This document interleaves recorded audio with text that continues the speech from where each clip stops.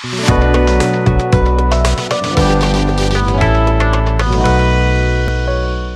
Everyone. हमारा आज का टॉपिक है इलेक्ट्रोस्टैटिक पोटेंशियल एनर्जी, और इसके बाद सिर्फ हम डाइपोल और कंडक्टर पढ़ेंगे। देन हमारा इलेक्ट्रोस्टैटिक्स जो है वो कंप्लीट हो जाएगा। लास्ट में एक सेशन जो है हम कंबाइंड प्रैक्टिस सेशन का रखेंगे, जिसमें सारे टॉपिक्स जो हैं उन पे एक प्रॉब्लम सेशन हो जाएगा, बेसिकली रिवीजन के तौर पे आप कह सकते हैं।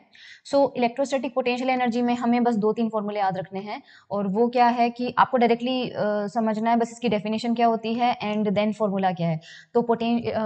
अच्छा, इलेक्ट्रोस्टैटिक पोटेंशियल अलग चीज होती है और इलेक्ट्रोस्टैटिक पोटेंशियल एनर्जी अलग चीज होती है। दोनों में जो डिफरेंस है वो हमें समझना है। मान लीजिए हमारे पास एक चार्ज है Q1, राइट, और इसने अपने चारों तरफ इलेक्ट्रिक फील्ड क्रिएट कर दी। जाहिर सी बात है, तो अगर मैं इससे r डिस्टेंस पे इस पॉइंट P पर देखूं तो P पॉइंट पर ऑलरेडी कुछ इलेक्ट्रिक फील्ड होगी, राइट, होगी। अब क्या करना है, इन्फिनिटी पे यहाँ पर कोई चार्ज रखा हुआ है, मान लीजिए Q2, और इस Q2 चार्ज को आप इन्फिनिटी से राइट, आप या हम इसको इन्फिनिटी से लाएंगे, और हमें लाके इसको कहाँ पर रखना है, P पॉइंट पे रखना है, ताकि ये P2 पर इस तरह से आ जाए।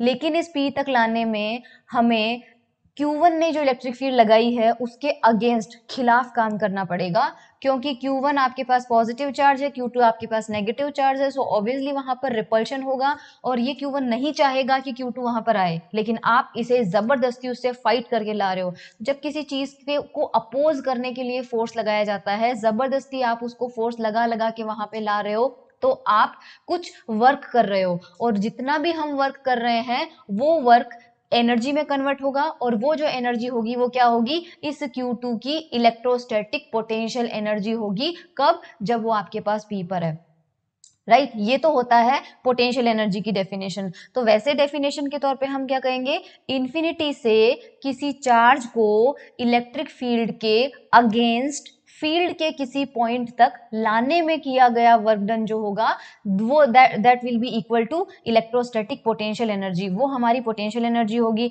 यहाँ ध्यान रखना, पोटेंशियल एनर्जी जो है उसका फॉर्मूला आपको डायरेक्टली याद रखना है। इन जनरल हम इसे U से रिप्रेजेंट करेंगे, और इसका फॉर्मूला होता है KQ1Q2/R, जहां पर इसको एक और फॉर्म में लिख सकते हैं KQ1/R। बेसिकली क्या है, दैट इज अभी पोटेंशियल के टर्म में भी बताएंगे आपको। U आपके पास क्या हो जाएगा, KQ1Q2/R, ये आपके पास हो जाएगा इलेक्ट्रोस्टैटिक पोटेंशियल एनर्जी का फॉर्मूला। अब हम बात करते हैं सिंपल से इलेक्ट्रोस्टैटिक पोटेंशियल, यानी एनर्जी नहीं है, सिर्फ पोटेंशियल क्या होता है। सेम कंसेप्ट रहेगा, Q1 चार्ज को यहाँ इमेजिन करो, R डिस्टेंस पे P पॉइंट लो, इन्फिनिटी पे जो चार्ज आपने लिया था वो पहले कितना था, Q2 था। अब इन्फिनिटी से जो चार्ज हम लाएंगे वो यूनिट टेस्ट पॉजिटिव चार्ज होगा, यानी Q2 की वैल्यू 1 रख देना है। यूनिट चार्ज को इन्फिनिटी से फील्ड के किसी पॉइंट तक लाने में फील्ड के अगेंस्ट जो काम करना पड़ेगा, that work will be equal to potential। अगर इस डेफिनेशन से पोटेंशियल एनर्जी होता है KQ1Q2/R, तो पोटेंशियल की वैल्यू क्या होनी चाहिए, सिंपली Q2 की जगह क्या पुट करना है, अपन को Q2 की जगह 1 पुट करना है। Answer will be KQ1/R, this is potential. U आपके पास पोटेंशियल एनर्जी है और V आपके पास पोटेंशियल है। ये बेसिक डिफरेंस है, डेफिनेशन बिल्कुल सेम है, अंतर सिर्फ इतना है कि इन्फिनिटी से अगर यूनिट चार्ज को लेके आ गए तो जो काम करना पड़ेगा that will be equal to potential, और अगर इन्फिनिटी से किसी नॉन जीरो चार्ज को लेके आ गए तो जो काम करना पड़ेगा that will be equal to electrostatic potential energy. हमारे पास पोटेंशियल एनर्जी और U एंड V में एक रिलेशन आपको साफ साफ दिख रहा होगा।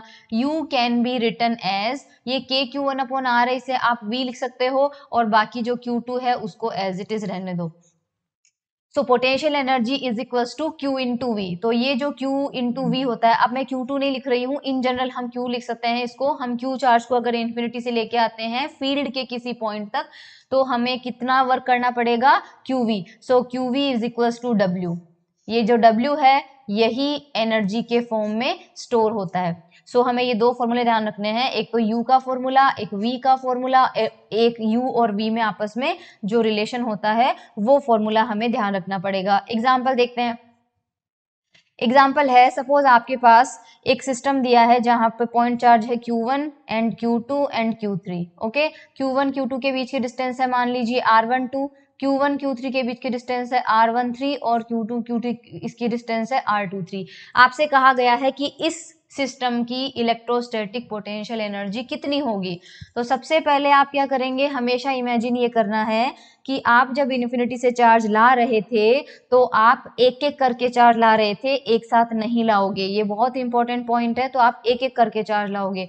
तो सबसे पहले मान लीजिए यहाँ पर ना तो Q1 था, ना यहाँ पर Q2 था, ना यहाँ पर Q3 था। तो सबसे पहले आप Q1 को लेके आए। जब आप Q1 को लेके आए थे उस वक्त यहाँ पर कोई चार्ज नहीं था, यानी कि यहाँ पर कोई इलेक्ट्रिक फील्ड नहीं थी। और जब कोई इलेक्ट्रिक फील्ड ही नहीं थी तो Q1 को लाने के लिए आपको किसी भी फोर्स के खिलाफ अगेंस्ट काम नहीं करना पड़ा। इसलिए जब आप Q2 को लाओगे तो ध्यान रखना W1 आपका 0 होगा, क्योंकि वर्क तभी लगेगा जब आप किसी फील्ड के अगेंस्ट काम करोगे। जब हम Q1 को लाए थे तो हमें कोई फील्ड वहां पर नहीं मिला था, लेकिन जब आप Q2 को लाए थे तो अब आप Q1 को ऑलरेडी लाके वहां पे रख चुके हो, राइट। Q3 फिलहाल पिक्चर में नहीं है। अब आपके पास Q1 ऑलरेडी है और आप Q2 लाए हो। तो जब Q2 लाओगे तो आपके पास कितना हो जाएगा, डिस्टेंस है R12। तो इन दोनों का जो इलेक्ट्रोस्टैटिक पोटेंशियल एनर्जी होगा वो कितना हो जाएगा, K Q1 Q2 upon R12। ये लो Q2 भी आ गया, राइट। अब जब आप Q3 लाओगे तो उस Q3 को एक तो Q1 की फील्ड के अगेंस्ट काम करना पड़ेगा, एक Q2 की फील्ड के अगेंस्ट काम करना पड़ेगा। तो जब Q1 की फील्ड के अगेंस्ट काम करना पड़ेगा तो आपके पास इलेक्ट्रोस्टैटिक पोटेंशियल एनर्जी में इन दो से मिलकर बना हुआ टर्म आएगा, जो कि कितना होगा, K Q1 Q3 upon R13। और जब Q2 के अगेंस्ट काम करना रहेगा तो इन दोनों की डिस्टेंस है R23। तो कितना हो जाएगा, K Q2 Q3 upon R23। तो टोटल वर्क डन कितना हो जाएगा आपके पास, W1 plus W2 plus W3। और यही वर्क डन क्या होगा, पोटेंशियल एनर्जी के फॉर्म में स्टोर हो जाएगा। सो आपके पास इन दोनों को आपको ऐड कर देना है। W1 तो 0 हो जाएगा, Q12 R12 plus Q1 Q3 R13 plus Q2 Q3 R23। अब ध्यान रखिएगा इसमें वेक्टर नहीं लगाया है because it is in energy, और एनर्जी आपके पास स्केलर क्वांटिटी होती है, इसलिए जो पोटेंशियल है वो भी स्केलर क्वांटिटी होगी और जो पोटेंशियल एनर्जी है वो भी स्केलर क्वांटिटी होगी, क्योंकि पोटेंशियल एनर्जी बेसिकली क्या है, वर्क डन है, और वर्क आपके पास क्या होता है, स्केलर क्वांटिटी होती है। सो ये चीज आप ध्यान रखिएगा। आपके पास यहाँ पर पोटेंशियल एनर्जी का इन जनरल फॉर्मूला आपके पास ये होता है। अब यहाँ पर अगर मैं आपसे बात करूं कि मान लीजिए इलेक्ट्रिक पोटेंशियल आपको निकालना है, right, electric potential due to a charge rod. ये हमने इलेक्ट्रिक फील्ड के केस में भी किया था। सो कंसेप्ट सेम लगेगा। मान लीजिए आपके पास एक रोड दिया हुआ है और उसको पॉजिटिव चार्ज दे दिया है और उसकी लेंथ आपको दिया है L, और इसके फर्स्ट सिरे से यानी यहाँ से R डिस्टेंस पे एक पॉइंट है P, और इस पॉइंट P पे हमें क्या निकालना है, इलेक्ट्रिक पोटेंशियल निकालना है। सो पोटेंशियल कैसे निकालेंगे, अब यहाँ पे हमें Q चार्ज की वजह से पता होता है कि Q अपॉन R होता है, लेकिन पोटेंशियल में यहाँ पे आपके पास लेंथ है, पूरी अच्छी खासी रोड दी हुई है। तो उस सिचुएशन में क्या करना पड़ेगा, यहाँ पे एक छोटा सा एलिमेंट इमेजिन करो जिसके ऊपर चार्ज कितना हो, dq, और सपोज इस एलिमेंट से P पॉइंट की डिस्टेंस कितनी है, x है। तो पोटेंशियल कितना हो जाएगा, Vp पर आपके पास हो जाएगा K dq upon x। KQ upon R होता है, सो KQ अपॉन x कर दिया है। और आपके पास अगर पूरी रोड के लिए कवर करना है तो क्या करना पड़ेगा, इंटीग्रेशन करना पड़ेगा। अब हमारे पास इस चार्ज लेंथ को सपोज हमने Q चार्ज दिया है, तो देखो हमारे पास अगर ये जो dq एलिमेंट है, मान लीजिए इसकी लेंथ कितनी हो जाती है, dl हो जाती है, इसकी लेंथ कितनी हो जाएगी, dl हो जाएगी। तो अगर मान लीजिए l लेंथ को चार्ज दिया q, तो यूनिट लेंथ को कितना चार्ज मिलेगा, q बाय l। तो dl लेंथ को कितना चार्ज मिलेगा, q by l into dl। But क्योंकि हॉरिजॉन्टल डायरेक्शन में हमने x डिस्टेंस लिया है, सो इस dl को dx लिखना हमारे लिए ज्यादा आसान रहेगा, क्योंकि हमें इंटीग्रेशन x डायरेक्शन में करना है। तो आपके पास कितना आ जाएगा, dx आ जाएगा। तो हमारे पास इंटीग्रेशन k बाय x और ये dq क्या हो जाएगा, ये वाला चार्ज हो जाएगा which is q by l into dx। Limit कहाँ से कहाँ तक जाएगी, तो ऐसे जब आप एलिमेंट लेंगे तो सबसे पहला एलिमेंट आप यहाँ लेंगे, राइट, और पहले एलिमेंट की डिस्टेंस P पॉइंट से कितना दिया है, R, तो लिमिट कितनी जाएगी, R। और लास्ट एलिमेंट आपका यहाँ पर बनेगा, जो कि अगर आप ध्यान से देखें तो इस R में ये L आपको ऐड करना पड़ेगा क्योंकि ये लेंथ L हो जाएगी और ये लेंथ R है, तो R प्लस L तक आपको इसका इंटीग्रेशन करना पड़ेगा। और इंटीग्रेशन अब सिंपल सी चीज है, जो टर्म कांस्टेंट है उनको कांस्टेंट ले लो, इंटीग्रेशन 1/x dx। और हम जानते हैं 1/r का इंटीग्रेशन कितना होता है, log होता है। तो ये आपके पास आ जाएगा ln x r2 r plus L, और kq अपॉन l हो जाएगा, ये हो जाएगा ln r plus L minus ln r, upper limit minus lower limit. Log का कंसेप्ट होता है log a minus log b, जो होता है उसे लिखा जा सकता है log a by B. So kq upon l हो जाएगा ln r plus l upon r। तो ये देखो पॉइंट P पे पोटेंशियल होगा due to a straight rod, ये रोड की वजह से हो जाएगा। सेकेंड है आपके पास मान लीजिए चार्ज्ड रिंग है और उस रिंग के सेंटर पे कितना पोटेंशियल होगा और हमारे पास एक्सिस पे कितना पोटेंशियल होगा। तो ये formula I am not deriving, but ये आपको ध्यान में रखना है, डायरेक्ट ध्यान में रखना है। आपके पास सपोज कोई रिंग इस तरह से है और ये उससे डिस्टेंस x है और यहाँ पर पॉइंट P है और इसकी रेडियस आपके पास r है। सो पॉइंट P जो है this is a point on the axis, ध्यान रखना ये आपके पास क्या है, एक्सिस पे कोई पॉइंट है। और इस Vp का फॉर्मूला आप ध्यान रखिएगा, सपोज इस रिंग को यूनिफॉर्मली चार्ज दे दिया है हमने और वो जो चार्ज है वो कितना है, Q है। तो ये जो Vp होगा ये आपके पास होगा KQ upon root of r square plus X square. अगर मैं आपसे पूछूं कि सेंटर पे कितना आएगा, तो जैसे ही आप O पॉइंट पे आ जाओगे तो सेंटर पे x की वैल्यू कितनी हो गई, 0। तो इसमें x इक्वल टू 0 पुट कर दो, वही आपके पास पोटेंशियल एट O पॉइंट हो जाएगा। सो KQ अपॉन R आपके पास आ जाएगा। चार्ज रिंग के ये दो फॉर्मूले ध्यान रखने हैं। ध्यान रखिएगा जो चार्ज रिंग होती है उसके लिए इलेक्ट्रिक फील्ड का केस हमने पढ़ा था, सेंटर और एक्सिस के पॉइंट पे मैंने चार्ज रिंग के लिए इलेक्ट्रिक फील्ड भी आपको बता रखी थी। ओके, ये चार्ज रिंग हो गई। अब आपके पास है चार्ज डिस्क। डिस्क के लिए भी आपको इलेक्ट्रिक फील्ड का फॉर्मूला मैंने बोला था याद करना रहेगा। तो इस पर आपके पास ये डिस्क है, डिस्क के अंदर यहाँ पर भी मटेरियल होता है, ये सेंटर है और ये पॉइंट P है, ये डिस्टेंस x हो जाएगी और suppose this distance is r। और यहाँ पे आपको एक्सिस पे पोटेंशियल कितना है वो थोड़ा सा इंपॉर्टेंट है, ध्यान रखिएगा। इसको चार्ज डेंसिटी सपोज हमने कितना दिया है, सिग्मा दिया है, तो sigma can also be written as Q upon pi r square. अगर इसकी रेडियस r है तो टोटल चार्ज Q है, तो Q upon pi r square जो होगा वो हमारा चार्ज डेंसिटी होगा। ठीक है, सो हमारे पास चार्ज इसके केस में ये वैल्यू है, तो इस कंडीशन में एक्सिस पे निकालते हैं, राइट। एक्सिस का मतलब P पॉइंट पे पोटेंशियल कितना होगा। सो याद रखिएगा sigma upon 2 epsilon not root of X square plus r square minus X. तो अगर मैं पूछूं सेंटर पे कितना होगा, तो सेंटर पे आपके पास x इक्वल टू क्या हो जाएगा, 0 हो जाएगा। उस सिचुएशन में आपके पास कितना आ जाएगा, sigma upon 2 epsilon not x को 0 कर दो और यहाँ पर भी x इक्वल टू 0 हो जाएगा, तो ये सिर्फ r बच जाएगा। सो ये आपके पास सेंटर पे इलेक्ट्रिक पोटेंशियल हो जाएगा। इसके बाद हम 3 डायमेंशनल बॉडी की बात करते हैं। तो सबसे पहले मान लीजिए आपके पास कंडक्टिंग स्फेयर है और कंडक्टिंग स्फेयर ले लो आप, चाहे होलो ले लो, होलो स्फेयर। कंडक्टिंग स्फेयर तो चाहे सॉलिड ले लो, मतलब ये ऐसा बात हो रही है, सॉलिड कंडक्टिंग स्फेयर ले लो चाहे होलो स्फेयर ले लो, नॉन कंडक्टिंग ले लो, कैसा भी ले लो। अंदर कुछ मटेरियल अगर है तो वो सॉलिड होना चाहिए और अगर अंदर मटेरियल नहीं है, खाली है, तो वो चाहे कंडक्टिंग हो चाहे नॉन कंडक्टिंग हो, होलो स्फेयर दोनों कैटेगरी में आएगा। तो ऐसी सिचुएशन में आपके पास ये सॉलिड स्फेयर है मान लीजिए, या तो ये ले लो, तो ये क्या हो जाएगा, सॉलिड कंडक्टिंग स्फेयर, या फिर आप सिंपल सा बस ये अंदर से खाली है, ये आपके पास कैसा हो जाएगा, होलो स्फेयर। दोनों ही सिचुएशन में आपके पास you will get same result. तो सबसे पहले आउटसाइड पॉइंट पे लेते हैं, तो r ग्रेटर देन r हो जाएगा। r ग्रेटर देन r पे अब देखो यहाँ पर पोटेंशियल निकालने के लिए आपको एक फॉर्मूला ऊपर ही मैं बता देती हूँ, जहां पर हमने ये चीज पढ़ी थी। ये देखिए इन्फिनिटी से आप ला रहे थे, है ना, इस पोटेंशियल एनर्जी के अंदर इन्फिनिटी से आप ला रहे थे। तो यहाँ पे एक चीज ध्यान रखना, पोटेंशियल का एक फॉर्मूला आपके पास जब आप इस सपोज हम Q चार्ज को इन्फिनिटी से किसी फील्ड के पॉइंट तक लाते हैं, राइट, किसी फील्ड के पॉइंट तक लाते हैं मान लीजिए, और हमें कहाँ पर लाना है, कोई रेफरेंस पॉइंट है हमारा और उससे ये r डिस्टेंस पे है, फील्ड के किसी पॉइंट से हम r डिस्टेंस पे इसको लेके आते हैं। ओके, सो इस केस में आपको कितना वर्क करना पड़ेगा वो हमने v से देख लिया था, लेकिन v का एक और फॉर्मूला होता है।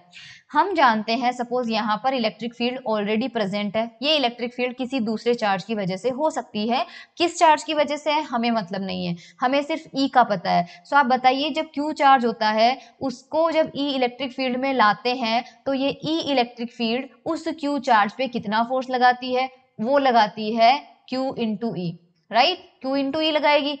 और ये अगर आप इन्फिनिटी से ऐसी डिस्टेंस पे लाते हो, मतलब हम ये कहना चाहते हैं कि सपोज यहाँ पर कोई पॉइंट है आपका O और यहाँ पर कोई पॉइंट है P और यहाँ पे कोई पॉइंट है Q, O से लेके P तक की जो डिस्टेंस है दैट इज R और O से लेके Q तक की डिस्टेंस है दैट इज इन्फिनिटी, है ना, रेफरेंस पॉइंट से। तो इस QE फोर्स को जब आप यहाँ पे चार्ज पे लगेगा और मैं आपसे कहूँ कि इन्फिनिटी से लेकर P पॉइंट तक अगर इलेक्ट्रिक फील्ड इसको ला रही है तो कितना वर्क करना पड़ेगा। सो वर्क डन आपका होता है F.dr।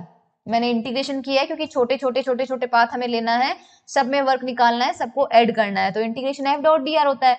और F आपके पास कितना है, QE.dr। ये तब था जब आप Q चार्ज को ला रहे थे। अगर मान लीजिए आप यूनिट चार्ज को लेके आते हैं तो Q की वैल्यू कितनी हो जाएगी, 1, तो उस सिचुएशन में ये वैल्यू आपके पास कितनी हो जाएगी, E.dr। करेक्ट, आपके पास कितना आ जाएगा, E.dr।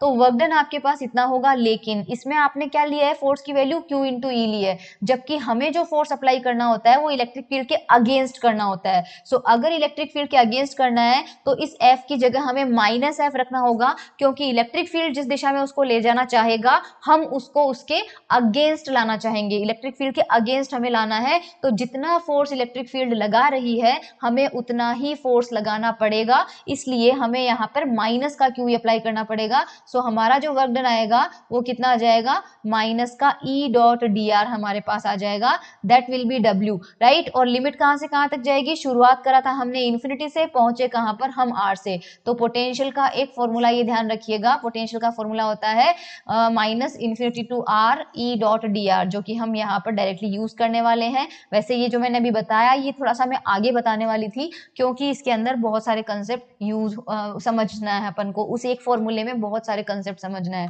खैर अभी के लिए आप वो फॉर्मूला ध्यान रख लीजिए कि पोटेंशियल का formula we can write as minus infinity to R E.dr। R greater than R का मतलब है कि इस स्फीयर के बाहर किसी पॉइंट पर हमें पोटेंशियल निकालना है। तो ऐसी सिचुएशन में हम क्या करेंगे, हम ये करेंगे कि सॉलिड स्फीयर हमारा ये रहा और बाहर कोई पॉइंट ये रहा, तो हम इससे गुजरता हुआ गॉसियन सरफेस ले लेंगे और इस पॉइंट P पे हमें इलेक्ट्रिक फील्ड पता है, क्योंकि हम इलेक्ट्रिक फील्ड पढ़ चुके हैं, इलेक्ट्रिक फील्ड है K। अगर सपोज इसको चार्ज Q दिया है तो KQ अपॉन R स्क्वायर और ये हो जाएगा R कैप। अगर इसकी यहाँ से सेंटर से डिस्टेंस आपके पास कितनी है, R है। सो इलेक्ट्रिक फील्ड हमें पता है, सो पोटेंशियल की वैल्यू कितनी हो जाएगी, minus infinity to R KQ upon R square और ये आ जाएगा अपने पास R कैप डॉट dr। तो हमारे पास यहाँ पर हो जाएगा। नाउ सिंपली हम जानते हैं dr भी हमारा इसी डायरेक्शन में है और r कैप भी इसी डायरेक्शन में, ये दोनों सेम डायरेक्शन में ही होने की वजह से एंगल हमारे पास 0 आ जाएगा। तो सिंपली इन्फिनिटी से r हो जाएगा, KQ बाहर आ जाएगा, 1/r स्क्वायर dr हमारे पास आ जाएगा। अभी 1/r स्क्वायर dr का मतलब हमारे पास हो जाता है माइनस 1/r। इसका इंटीग्रेशन आप कर लीजिएगा, इन्फिनिटी से हमें स्मॉल r तक इसका करना है। सो आपके पास आ जाएगा माइनस माइनस प्लस हो जाएगा, तो प्लस KQ हो जाएगा 1/r minus 1 upon infinity. 1 upon infinity आपके पास 0 होता है, सो पोटेंशियल कितना आ जाएगा, 1 अपॉन r। ठीक है, सरफेस पे अगर करना है मान लीजिए तो सरफेस पे करने में कोई टेंशन नहीं है, just put r is equals to r। तो सरफेस पे कितना हो जाएगा हमारे पास potential, KQ upon capital R हो जाएगा। ओके, इनसाइड पॉइंट पे हमें क्या करना पड़ेगा, एक्चुअल में आप देखिए इनसाइड पॉइंट पे हमारे पास इलेक्ट्रिक फील्ड 0 होता है, क्योंकि सॉलिड कंडक्टर में कंडक्टर के अंदर हमेशा इलेक्ट्रिक फील्ड 0 होता है। और अगर होलो स्फीयर लिया है तो गॉसियन सरफेस लोगे, उसमें कोई चार्ज आया ही नहीं है, तो हमारे पास यहाँ पर इलेक्ट्रिक फील्ड क्या आ रही थी, इसकी 0 आ रही थी। होलो के अंदर भी हमने देखा था कि इलेक्ट्रिक फील्ड हमारे पास क्या आ रही थी, 0 आ रही थी, हमने निकाला हुआ है। तो इनसाइड पॉइंट पे हमारे पास इलेक्ट्रिक फील्ड 0 है और एक रिलेशन होता है इलेक्ट्रिक और पोटेंशियल में, जो हमारे पास पोटेंशियल और इलेक्ट्रिक फील्ड में एक रिलेशन है जो कि हम अब थोड़ा सा बाद में पढ़ेंगे। ये ध्यान रखिएगा, E is equals to minus dV upon dr, ये एक रिलेशन होता है जिसके बारे में हम थोड़ा सा आगे पढ़ेंगे।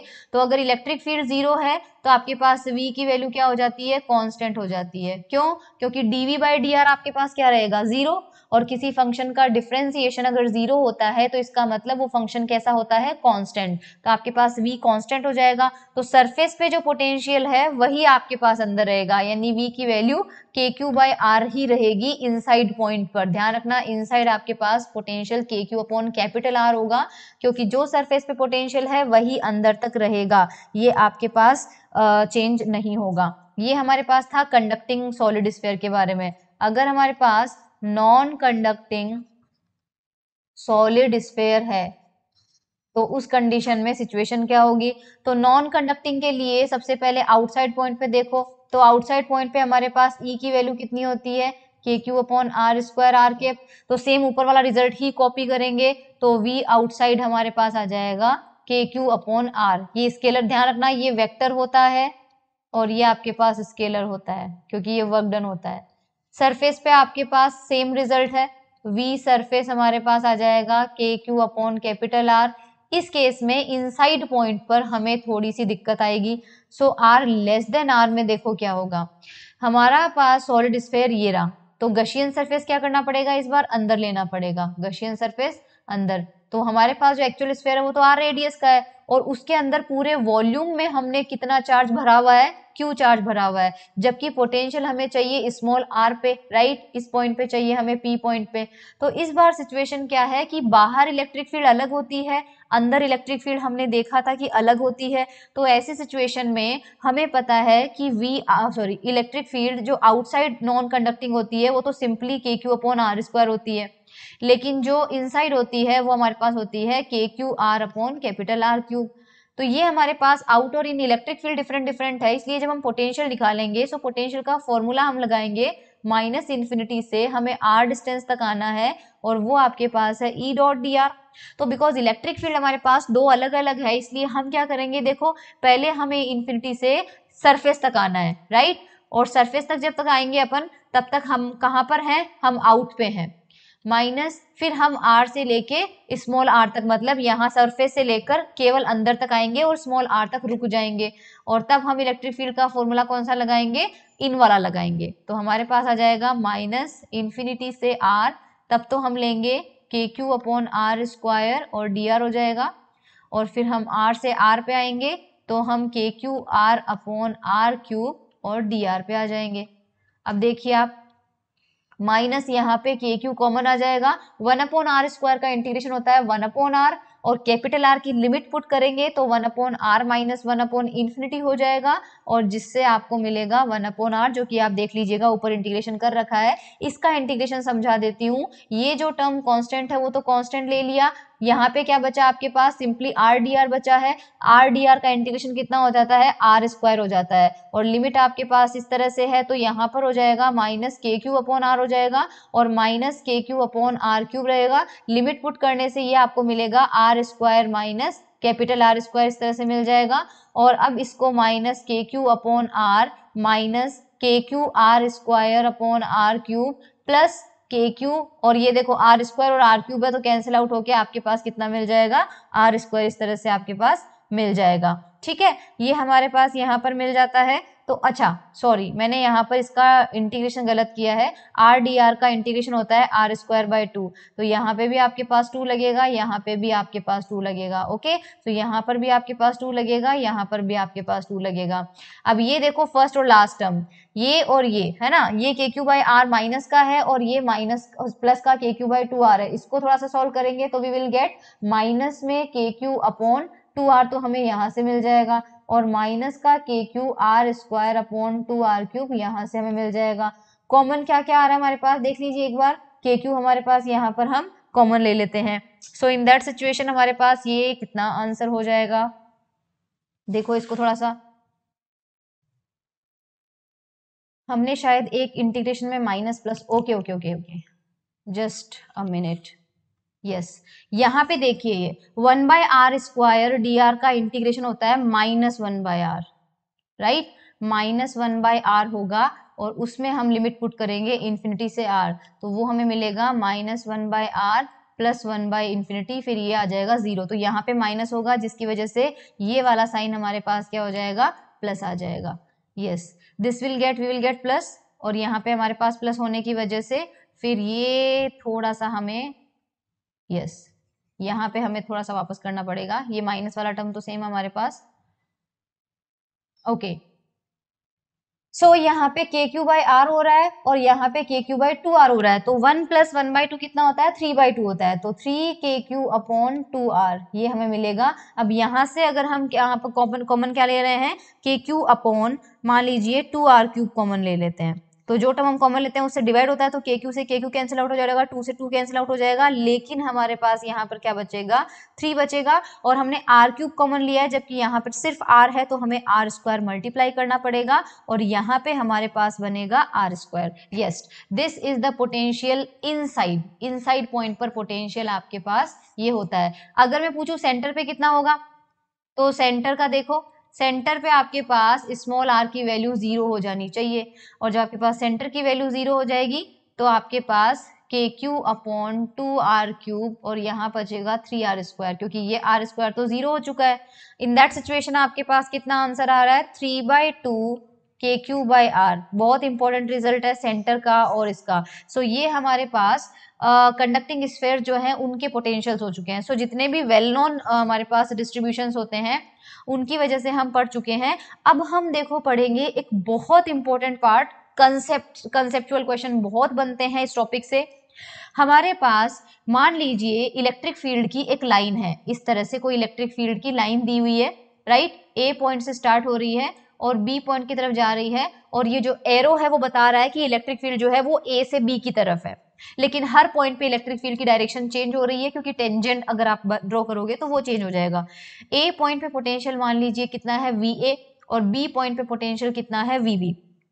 इस सिचुएशन में अगर मैं आपसे ये कहूं कि एक यूनिट पॉजिटिव चार्ज है, राइट, एक आपके पास यूनिट पॉजिटिव चार्ज है और जिसको लेके जाना है आपको A से B तक, okay, is taken from A to B, तो इस सिचुएशन में जो वर्क रिक्वायर्ड होगा वो कितना होगा, और वर्क कौन करेगा, हम करेंगे, तो वर्क रिक्वायर्ड कितना होगा। अब अगर हम मान लीजिए ए से बी तक ले जाना है तो आप क्या करेंगे, सबसे पहले आप इन्फिनिटी से पॉइंट को ए पर लेके आएंगे और ए से बी तक, मतलब डायरेक्टली आपके पास जो फॉर्मूला होता है, इफ यू रिमेंबर हमारे पास जो पोटेंशियल का वर्क डन का फॉर्मूला होता है, अगर मैं इन्फिनिटी से मुझे ए तक लाना होता, अगर मुझे इन्फिनिटी तक ए तक लाना होता तो माइनस इन्फिनिटी से ए आप क्या बोलते, E.dr। पोटेंशियल जो होता है वही वर्क डन होता है, और पोटेंशियल का डेफिनेशन क्या बताया था आपको कि इन्फिनिटी से यूनिट चार्ज को फील्ड के किसी पॉइंट तक लाने में जो वर्क रिक्वायर्ड होता है वही पोटेंशियल की वैल्यू होती है, और जो वर्क होता है वो हमारे पास, अगर मुझे इन्फिनिटी से ए तक लाना है तो इतना काम करना पड़ेगा, लेकिन अगर मान लीजिए आपके पास ये जो वर्क है वो यहाँ इन्फिनिटी से तक ए तक लाना था, और अब अगर मैं आपसे कहूं कि मुझे ए से बी तक ले जाना है तो इसमें क्या आंसर आएगा। तो एक सिचुएशन इमेजिन कीजिएगा, सिमिलरली अगर मैं यहाँ पर वर्क डन बी पॉइंट तक लाना होता तो यही वर्क डन मेरा कितना आ जाता, इन्फिनिटी से बी तक आ जाता। इन जनरल हमने ए और बी के लिए फॉर्मूला रख लिया, मतलब कुल मिला के सपोज यहाँ पर कोई इन्फिनिटी है, इन्फिनिटी से आपको कहाँ पर लाना है, बी पॉइंट पर लाना है, तो इन्फिनिटी से बी पॉइंट तक लाओगे तो जो वर्क डन होगा वो कितना हो जाएगा, इन्फिनिटी से बी लिमिट लग जाएगी और E.dr आ जाएगा विद नेगेटिव साइन, और यही जो होता है वो बी पॉइंट का पोटेंशियल भी होता है, डेफिनेशन आपको बताया था। तो V भी आपके पास कितना हो जाएगा, माइनस इन्फिनिटी से B point and E.dr, correct, ये V भी हो जाएगा। इस VB को, इस वाले फॉर्मूले को हम क्या ऐसे लिख सकते हैं, VB minus V infinity is equals to infinity से B and E dot D R. देखो मैंने कुछ नहीं किया है, हमारे पास ऊपर वाला एक्सप्रेशन एज इट इज लिखा है, मैंने माइनस वी इन्फिनिटी कर लिया। और हमेशा ध्यान रखना इन्फिनिटी पे जो पोटेंशियल होता है वो जीरो लिया जाता है। इन्फिनिटी पे जो पोटेंशियल होता है वो क्या लिया जाता है, जीरो लिया जाता है। ये रेफरेंस सिचुएशन होती है, क्योंकि हम ये मान के चलते हैं कि इन्फिनिटी तक इलेक्ट्रिक फोर्स नहीं पहुंचता है। क्यों? क्योंकि इलेक्ट्रिक फील्ड क्या होती है, के क्यू अपॉन आर स्क्वायर। और इन्फिनिटी अगर कर दो तो आर की वैल्यू इन्फिनाइट होते ही के क्यू अपॉन इन्फिनिटी कितना हो जाएगा, जीरो। इसका मतलब इन्फिनिटी पे इलेक्ट्रिक फील्ड जीरो है। तो अगर कोई चार्ज इन्फिनिटी पे रहेगा तो उसे मूव करवाने के लिए हमें कोई मेहनत नहीं करनी पड़ेगी, कोई वर्क नहीं करना पड़ेगा। और जब वर्क ही नहीं करना पड़ेगा तो पोटेंशियल की वैल्यू कितनी आ जाएगी, जीरो आ जाएगी पोटेंशियल की वैल्यू। इसलिए इस एक्सप्रेशन को हम ऐसे भी लिख सकते हैं। अब ये कब था आपका, जिस पॉइंट तक आपने लाना था और इन्फिनिटी जहां से आपने शुरू किया था, यहां पर शुरुआत होती है जहां से लाना होता है। अब अगर हमें इन्फिनिटी से शुरू नहीं करना है, हमें शुरू कहां से करना है, ए से शुरू करना है, तो इसी एक्सप्रेशन में बी तो एज इट इज रहने दो, क्योंकि बी तो वो पॉइंट है जहां पर हमें चार्ज को लाना होता है। लेकिन यहां वो पॉइंट था जहां से चार्ज को हमने स्टार्ट किया था। तो अब हम इन्फिनिटी से स्टार्ट नहीं कर रहे हैं, अब हम कहां से कर रहे हैं, ए से स्टार्ट कर रहे हैं। तो वी इन्फिनिटी कितना आ जाएगा, वी आ जाएगा। सो यहाँ लिमिट इन्फिनिटी की जगह कितनी लग जाएगी, ए से B and E dot D R. ये बहुत इंपॉर्टेंट है, क्योंकि ये फॉर्मूला आपको बताता है कि इन्हीं दो पॉइंट के बीच का पोटेंशियल डिफरेंस, ए पॉइंट का पोटेंशियल वी ए है, बी पॉइंट का पोटेंशियल वी बी है, इलेक्ट्रिक फील्ड की डायरेक्शन ए से बी है, इन दोनों पॉइंट के बीच का जो पोटेंशियल डिफरेंस होगा, so this is called potential difference. तो आपको तीन चीजें ध्यान रखनी है, electrostatic potential energy, okay.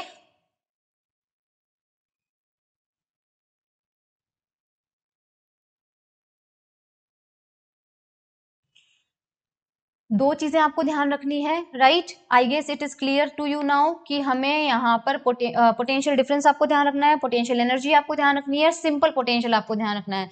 So just for your एक बार आपके लिए मैं बता देती हूँ, पोटेंशियल एनर्जी हमारे पास जो फॉर्मूला होता है पोटेंशियल एनर्जी का, that is K Q one Q two upon R होता है। पोटेंशियल हमारे पास simply K Q upon R होता है, और किन्हीं दो पॉइंट का पोटेंशियल डिफरेंस इस तरह से minus A to B E dot D R जो है वो हमें लेना होता है, ओके। दो पॉइंट के बीच का पोटेंशियल डिफरेंस। अब ये जो पोटेंशियल डिफरेंस है इस पे बेस्ड कई टाइप के क्वेश्चन आपके पास बन सकते हैं। सो मैं थोड़े से पॉइंट्स जो आपको नोट करवाना चाहती हूँ, ये देखिए हमने यहाँ पर ये निकाला कि ए पॉइंट से अगर बी पॉइंट तक कोई चार्ज ले जाते हैं तो उनका जो पोटेंशियल डिफरेंस होता है वो होता है minus A to B E dot D are.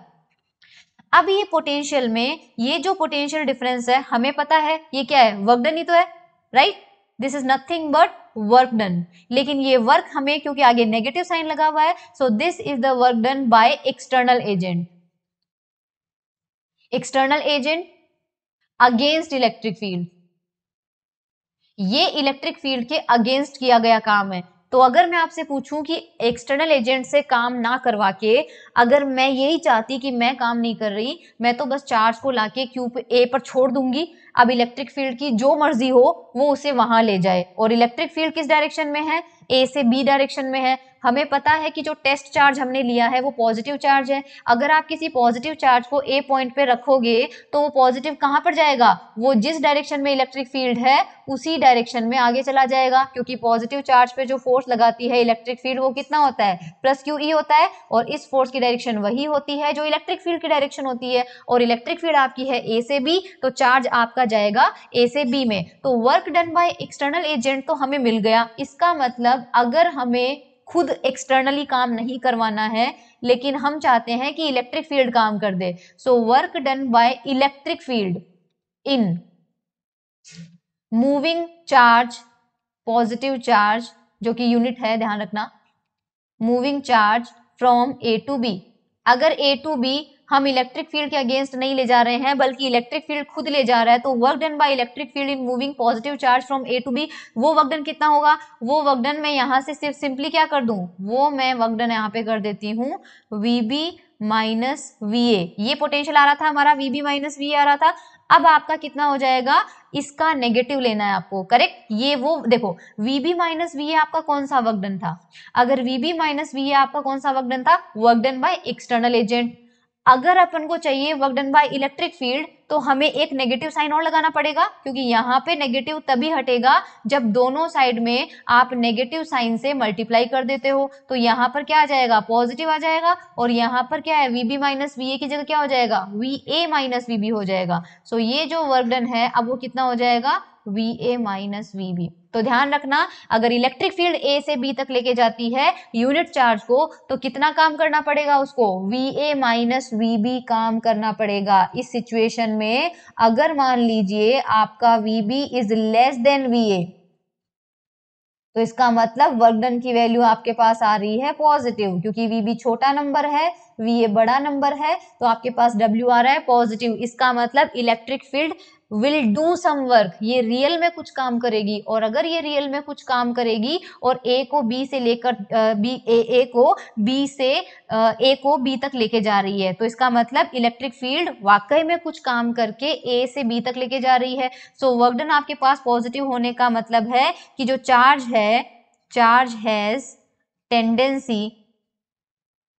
Tendency to move from A, जो कि A क्या आपका हायर पोटेंशियल पे है, टू B जो कि आपका कितना होगा, लोअर पोटेंशियल पे होगा। ये देखो VB is less than VA, तो VA हाई पोटेंशियल हो गया और B आपका। इसका मतलब इलेक्ट्रिक फील्ड में किसी चार्ज को रखोगे तो इलेक्ट्रिक फील्ड उस चार्ज को, पॉजिटिव चार्ज को किधर से किधर लेके जाएगी, हाई पोटेंशियल से लो पोटेंशियल की तरफ अपने आप ले जाएगी, खुद काम करेगी, हमें कुछ नहीं करना है। तो अगर किसी चार्ज को, ये कंसेप्ट इससे बेस क्वेश्चन करवाऊंगी मैं, किसी चार्ज को उठा के आप पॉजिटिव चार्ज को इलेक्ट्रिक फील्ड में रख दो, तो वो अपने आप जहां मूव करेगा, जिस रास्ते पे चलेगा, ध्यान रखना उस रास्ते पे हमेशा वो ऐसा रास्ते पे चलेगा, इलेक्ट्रिक फील्ड ऐसे रास्ते से उसको लेके जाएगी जिसमें उसका पोटेंशियल डिक्रीज होता है। इसका ये मतलब है, बहुत इंपॉर्टेंट है, we can say that in the direction of electric field potential always decreases। Decrease ही हुआ क्योंकि A से B तक में गया और A आपका हाई पोटेंशियल पे था, B आपका लो पोटेंशियल पे था, और इलेक्ट्रिक फील्ड उसको A से B ले गई, मतलब हाई से लो ले गई। और इलेक्ट्रिक फील्ड पॉजिटिव चार्ज को हमेशा किधर लेके जाएगी, खुद की डायरेक्शन में ही लेके जाएगी। तो A इधर रह गया था और B इधर रह गया, तो B लो पोटेंशियल पे था, A हाई पोटेंशियल पे था। So this I just wanted to tell you about this E dot dr। अपने पास एक बहुत इंपॉर्टेंट टॉपिक आता है इक्वी पोटेंशियल सरफेस, जिसपे कुछ ज्यादा डिफिकल्ट क्वेश्चंस नहीं बनते हैं लेकिन कंसेप्चुअल क्वेश्चन बनते हैं। इक्वी पोटेंशियल सरफेस क्या होते हैं, ऐसा सरफेस, इक्वी का मतलब होता है equal, potential potential, surface surface, ऐसे सरफेस जिसके हर पॉइंट पर पोटेंशियल की वैल्यू क्या मिले, सेम मिले। इक्वी पोटेंशियल सरफेस वो होगा जिसके हर पॉइंट पे पोटेंशियल की वैल्यू क्या मिले, हमें सेम मिले, ऐसे सरफेसेस को बोलते हैं इक्वी पोटेंशियल सरफेस। केवल इतना ध्यान रखना है। तो कुल मिला के मान लीजिए अगर आपके पास मैं ये बोलूं कि ये सरफेस जो है वो इक्विपोटेंशियल है, तो यहाँ का पोटेंशियल जो होगा वही यहाँ का पोटेंशियल होगा। यहाँ मान लीजिए A है, V है, तो आपके पास VA बराबर कितना होगा, VB। ऐसी सिचुएशन में किन्हीं भी दो पॉइंट का जो पोटेंशियल डिफरेंस होगा वो हमेशा क्या होगा, जीरो होगा, राइट, वो हमेशा क्या होगा, जीरो होगा। सो अगर मैं आपसे बोलूं कि मुझे A से B तक कोई चार्ज लेके जाना है Q, तो वर्क डन कितना होगा। सो वर्क डन आपके पास, हमें पता है VA माइनस VB क्या होता है, यूनिट चार्ज को A से B तक ले जाने में किया गया वर्क। तो Q चार्ज को कितना करना पड़ेगा, Q चार्ज को ले जाने में इतना काम करना पड़ेगा। और VA माइनस VB जीरो है, इसका मतलब इक्विपोटेंशियल सरफेस ऐसा सरफेस होता है जिसके सारे पॉइंट का पोटेंशियल सेम होता है। और ऐसी सिचुएशन में अगर हम उस सरफेस पे कोई चार्ज को एक पॉइंट से दूसरे पॉइंट तक ले जाते हैं तो हमें कोई वर्क नहीं करना पड़ेगा, वो कितना हो जाएगा, हमेशा जीरो होगा। ये एक प्रॉपर्टी है इसकी, ध्यान रखिएगा। दूसरी प्रॉपर्टी इसकी है कि कभी भी ये सरफेस एक दूसरे को क्रॉस नहीं करते, they do not cross each other. ये भी ध्यान रखना, इक्विपोटेंशियल सरफेस जो है वो आपको वो कभी भी दो सरफेस जो है वो कभी भी क्रॉस नहीं करते, क्योंकि अगर वो मान लीजिए क्रॉस कर देते हैं तो एक ही पॉइंट पर जो इनका इंटरसेक्शन पॉइंट होगा उस पे दो पोटेंशियल की वैल्यू आ जाएगी। कैसे, मान लीजिए एक सरफेस आपका ये है और एक सरफेस आपका ये है और ये यहाँ पे मान लीजिए क्रॉस कर रहे हैं, तो यहाँ पर साफ साफ पता चल रहा है कि ये अलग सरफेस है, इस पे पोटेंशियल की वैल्यू डिफरेंट होगी, ये अलग है, इस पे पोटेंशियल की वैल्यू डिफरेंट होगी। तो जो इंटरसेक्शन पॉइंट होगा वो दोनों सरफेस पे लाई कर रहा है, तो उसका पोटेंशियल V1 भी होना चाहिए, V2 भी होना चाहिए, विच इज नॉट पॉसिबल। बिल्कुल वैसे ही जैसे इलेक्ट्रिक फील्ड की लाइनें एक दूसरे को क्रॉस नहीं करती, इक्विपोटेंशियल सरफेस भी एक दूसरे को क्रॉस नहीं करते हैं। और जैसा कि मैंने अभी बताया कि आपके पास जो चार्ज है वो अगर किसी चार्ज को मूव करवाते हो तो पोटेंशियल की वैल्यू आपके पास क्या रहेगी, सॉरी वर्क डन आपके पास क्या रहेगा, 0 होगा। ठीक है, और आपको ये बताना है, हाँ ये देखो electric field along an equipotential surface is always 0। Electric field along का मतलब होता है इन द डायरेक्शन। तो अगर कोई इक्विपोटेंशियल सरफेस मान लीजिए आपके पास ऐसा है, कोई ये स्क्रीन के प्लेन में ही रखा है, तो इस प्लेन पर जो इलेक्ट्रिक फील्ड होगी इस प्लेन के पैरेलल इलेक्ट्रिक फील्ड हमेशा 0 होगी। कारण क्योंकि हमें पता है कि इलेक्ट्रिक फील्ड अगर आप बनाते हो तो उसके जो इलेक्ट्रिक फील्ड हमेशा ऐसी डायरेक्शन में होती है जिस डायरेक्शन में पोटेंशियल की वैल्यू डिक्रीज हो। अभी थोड़ी देर पहले बताया था आपको कि इलेक्ट्रिक फील्ड की डायरेक्शन में पोटेंशियल डिक्रीज होना चाहिए, लेकिन हमें पता है कि यहाँ का पोटेंशियल और यहाँ का पोटेंशियल सेम होना चाहिए, क्योंकि सरफेस पे पोटेंशियल हर पॉइंट पे सेम है। तो एक पॉइंट से जब आप दूसरे पॉइंट पर जाएंगे तो उस डायरेक्शन में अगर इलेक्ट्रिक फील्ड एग्जिस्ट कर रही है तो पोटेंशियल डिक्रीज होना चाहिए, जबकि हमने अभी अभी देखा कि पोटेंशियल तो चेंज होना ही नहीं चाहिए। इसलिए ये तभी पॉसिबल है कि इलेक्ट्रिक फील्ड 0 होगा, क्योंकि जो इलेक्ट्रिक फील्ड होगा वो हमारे पास यहाँ पे देखो VA और VB ये दोनों इक्वल है, पोटेंशियल डिक्रीज नहीं हुआ, इसलिए वहां पर इलेक्ट्रिक फील्ड भी नहीं है, क्योंकि अगर इलेक्ट्रिक फील्ड होती तो पोटेंशियल डिक्रीज होता। कुछ इक्विपोटेंशियल सरफेस जो है उनका बेसिक देख लीजिए, शेप देख लीजिए। शेप के पहले सबसे पहले ये देख लीजिएगा कि जो इक्विपोटेंशियल सरफेस होते हैं वो हमेशा इलेक्ट्रिक फील्ड के परपेंडिकुलर होते हैं। जाहिर सी बात है, अभी अभी थोड़ी देर पहले आपको देखो यहाँ बताया था कि उसके पैरेलल तो इलेक्ट्रिक फील्ड हो नहीं सकती। कोई भी इक्विपोटेंशियल सरफेस में पैरेलल कंपोनेंट तो इलेक्ट्रिक फील्ड का होगा नहीं, तो फिर कौन सा बचा, परपेंडिकुलर कंपोनेंट बचा। इसलिए आपके पास electric field is always perpendicular to equipotential surface. ये ध्यान रखना, इक्विपोटेंशियल सरफेस के हमेशा क्या होगी, इलेक्ट्रिक फील्ड परपेंडिकुलर होगी। कुछ वेल नोन शेप्स हमारे पास होते हैं, जैसे कि मान लीजिए फर्स्ट है इसमें, अगर यूनिफॉर्म इलेक्ट्रिक फील्ड है, यूनिफॉर्म इलेक्ट्रिक फील्ड इस तरह से इस डायरेक्शन में कांस्टेंट इलेक्ट्रिक फील्ड आपके पास है, तो अभी अभी बताया था कि जो इक्विपोटेंशियल सरफेस होता है वो हमेशा इलेक्ट्रिक फील्ड के परपेंडिकुलर होता है। तो ऐसी सिचुएशन में आपके पास इस तरह के पैरेलल प्लेन्स होंगे, इस डायरेक्शन के परपेंडिकुलर रखे हुए हैं ये प्लेन। देखो, आई होप आपको ये चीज समझ में आ रही है। इलेक्ट्रिक फील्ड के परपेंडिकुलर कुछ प्लेन रखे हुए हैं, these are the parallel planes. ये पैरेलल प्लेन्स ही आपके पास क्या है, इक्विपोटेंशियल सरफेस। तो ये कब होगा, हॉरिजॉन्टल डायरेक्शन में अगर यूनिफॉर्म इलेक्ट्रिक फील्ड है तो उसको पैरेलली काटते रहो, पैरेलली काटते रहो, बहुत सारे पैरेलल प्लेन्स बनेंगे, वो सारे के सारे क्या होंगे, इक्विपोटेंशियल सरफेस। तो इसके हर पॉइंट पे पोटेंशियल V1 होगा, इसके हर पॉइंट पे V2 होगा।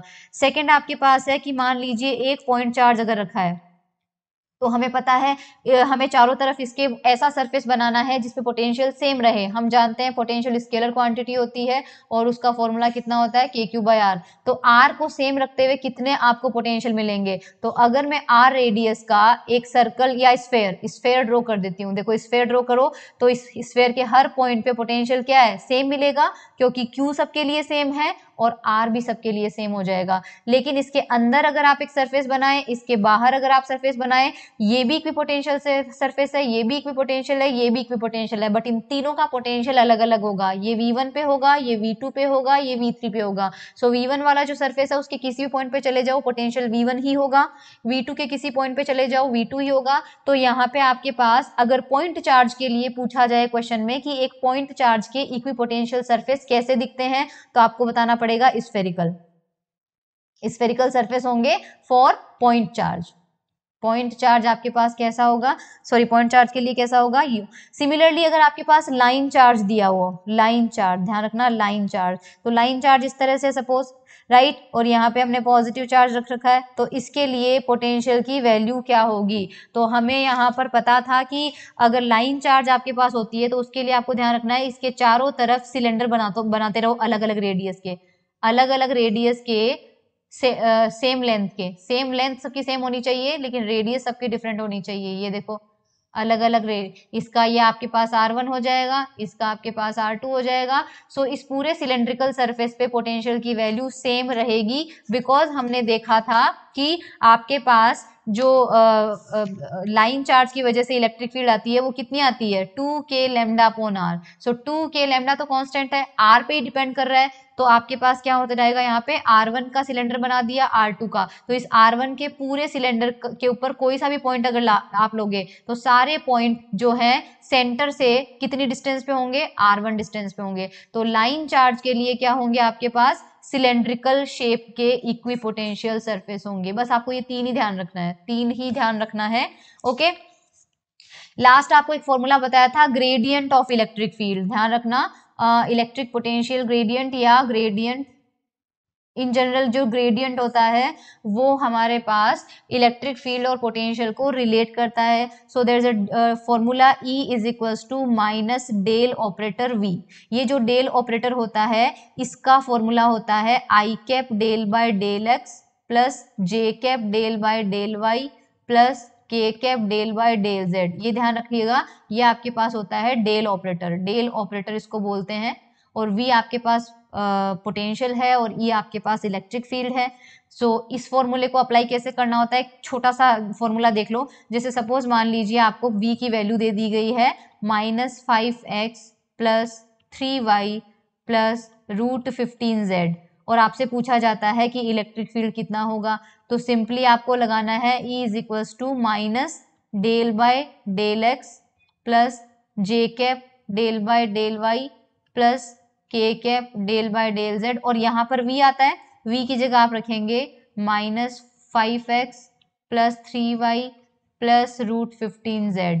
अब ध्यान रखना ये ब्रैकेट इसके हर पॉइंट पे अप्लाई होगा। So minus I cap del by del x, ये आ जाएगा -5x plus 3y plus √15z minus J cap del by del y 5x plus 3y plus √15z minus K cap del by del z minus 5x plus 3y √15z। Okay, अब देखो minus I cap x के respect में इसका करोगे तो x का 1 हो जाएगा, यहाँ बचेगा -5, y का 0 हो जाएगा क्योंकि x के रेस्पेक्ट में y का डिफरेंशिएशन 0 होता है, z का भी 0 हो जाएगा, यहाँ x का 0 हो जाएगा और इसका हो जाएगा 3, तो माइनस j कैप के साथ आ रहा है 3, z का 0 हो जाएगा, k कैप में z के रिस्पेक्ट में हो रहा है तो x का 0 हो जाएगा, y का 0 हो जाएगा, z से क्या मिलेगा √15।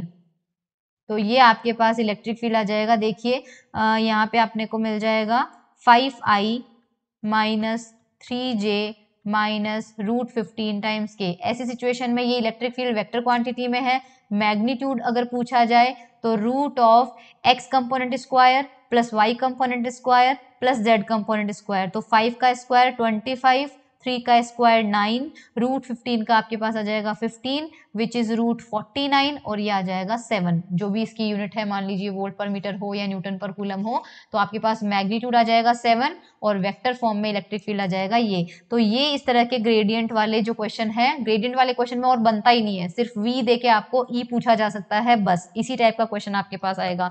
So this was all about potential energy. Next lecture में हम क्या करेंगे, इससे रिलेटेड प्रैक्टिस प्रॉब्लम्स करेंगे खूब सारी, जिसमें हमारे पास इलेक्ट्रिक पोटेंशियल होगा, पोटेंशियल डिफरेंस होगा, इलेक्ट्रिक पोटेंशियल एनर्जी होगा एंड ग्रेडियंट ऑफ कोर्स होगा। So thank you so much everyone.